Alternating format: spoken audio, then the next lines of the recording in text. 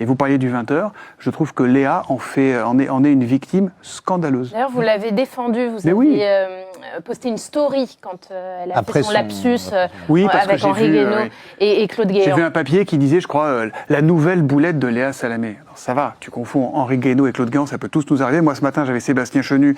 Je me suis dit, depuis hier, faut pas que je l'appelle Sébastien Le Cornu. Ça aurait pu m'arriver. On vous voit ici, c'est vrai que vous êtes très proche. Vous adorez Vous apparemment. avez présenté l'émission politique. Oui, en plus, et moi, je connais parfaitement Léa et je trouve que on a le droit d'aimer ou de pas aimer un journal, on a le droit d'aimer ou de pas aimer un présentateur, une présentatrice, on a le droit de regarder ou pas de regarder, mais on n'a pas le droit de défoncer, on n'a pas le droit de lyncher, on n'a pas le droit de détruire l'humain. Voilà, c'est tout. Et vous l'avez eu au téléphone, comment elle va et comment elle vit ses critiques? On échange et moi, mes échanges, je les garde pour moi parce que elle sait que je l'aime beaucoup et on échange régulièrement, et y compris le matin, parce qu'elle me dit que RTL fait partie, quand on fait le 20h, on zappe d'une radio à l'autre, ça fait partie de sa tournée générale. Donc avant d'aller se coucher, c'est ça, notamment. Avant d'aller se coucher. Oui, vous vous couchez après le 20h, à peu près, c'est ça? Non, le matin. Le matin, oui, pardon, vous revenez le matin. Mais alors c'est vrai que ne trouvez pas que c'est comme je vis en jet lag permanent. Oui, c'est vrai que vous êtes dans une dimension parallèle, je vais pas l'oublier. Mais c'est vrai que France 2, et notamment Delphine Ernotte, l'a choisi pour son ton différent, le ton de Léa Salamé.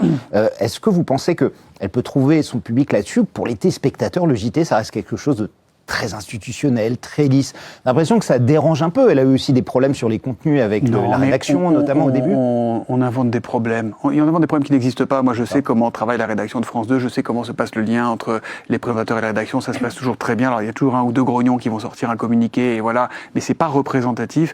Léa, je veux dire, on n'a rien inventé ce matin en disant qu'elle s'est présentée un journal, qu'elle s'est présentée une tranche, qu'elle s'est animée.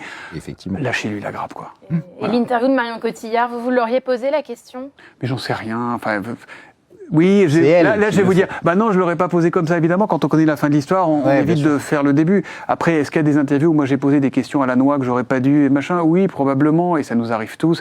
Et ça n'est pas si grave. Oui.